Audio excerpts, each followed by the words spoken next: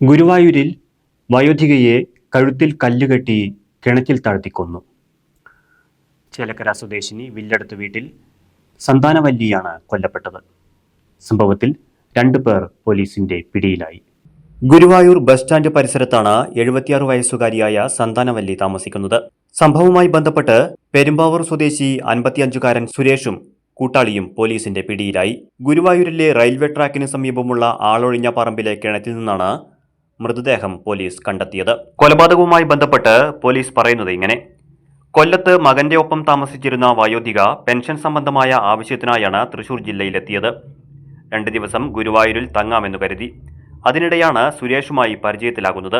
താമസ സ്ഥലം ഏർപ്പാടാക്കി തരാമെന്നു പറഞ്ഞ് സുരേഷ് ഇവരെ വാടക വീട്ടിലേക്ക് കൂട്ടിക്കൊണ്ടുപോവുകയായിരുന്നു. തുടർന്ന് ഇരുവരും തമ്മിൽ തർക്കമുണ്ടാവുകയും സുരേഷ് ഇവരെ മർദ്ദിക്കുകയും ചെയ്തു. പരിക്കേറ്റ സന്താനവല്ലി അബോധാവസ്ഥയിലായി. ഇവർ മരിച്ചുവെന്ന് കരുതിയ സുരേഷ് സുഹൃത്തിന്റെ സഹായത്തോടെ കല്ലുകെട്ടി തൊട്ടടുത്തുള്ള കിണറ്റിലിടുകയായിരുന്നുവെന്നാണ് പോലീസ് പറയുന്നത്. സന്താനവല്ലിയുടെ മൃതദേഹം പോസ്റ്റ്മോർട്ടത്തിനായി തൃശൂർ മെഡിക്കൽ കോളേജ് ആശുപത്രിയിലേക്ക് മാറ്റി.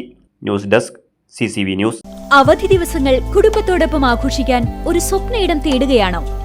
ഗ്രാമീണതയുടെ സൗന്ദര്യവും ആധുനിക സൗകര്യങ്ങളും ഒരുമിച്ച് ചേരുന്ന ആനമല ഹോം സ്റ്റേസിലേക്ക് സ്വാഗതം.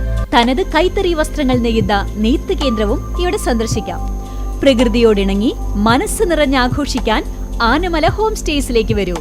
കൂടുതൽ വിവരങ്ങൾക്കായി വിളിക്കൂ 9035290919.